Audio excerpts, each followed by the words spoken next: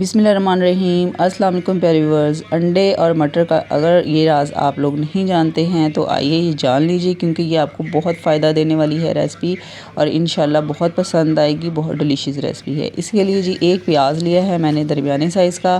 Fry pan में 4 tablespoon मैंने घी के डाले हैं। प्याज इसमें हमने फ्राई कर लेना है। ख्याल रहे प्याज़ों को गोल्डन नहीं होने देना, इनको जस्ट हमने सॉफ्ट करना है मीडियम टू लो फ्लेम पे, ठीक है।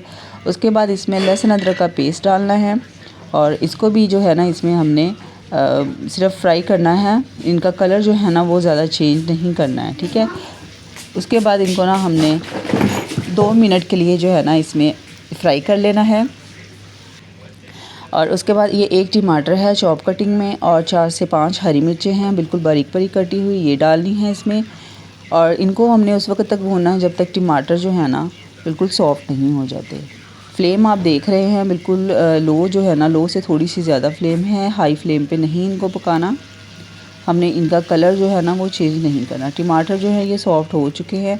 उसके बाद इसमें मैंने थोड़ा सा पानी डाला है और उसके बाद इसमें हमने स्पाइसेस डालने हैं। लाल मिर्च पाउडर है, पिसा हुआ धनिया है, हल्दी है, नमक और ज़ीरा। स्पाइसेस आप अपने जो है ना टेस्ट के हिसाब से डाल लीजिएगा जितनी हस्बे ज़रूरत हो। और इसके बाद इसको ना हमने 2 मिनट के लिए अच्छी तरह से भून लेना है। और उसके बाद इसमें हमने डालने हैं मटर। और ये मटर जो है ना ये बिल्कुल जो छोटे साइज़ का मटर लेते हैं ना उसमें से एक बड़ा साइज़ होता है और एक बिल्कुल छोटे वाले होते हैं, ये मीठे मटर होते हैं, ठीक है। तो ये आप सालन में ना डाला करें, ये इस रेसिपी के लिए आप रखा करें। तो ये इसमें मैंने डाल दिए हैं।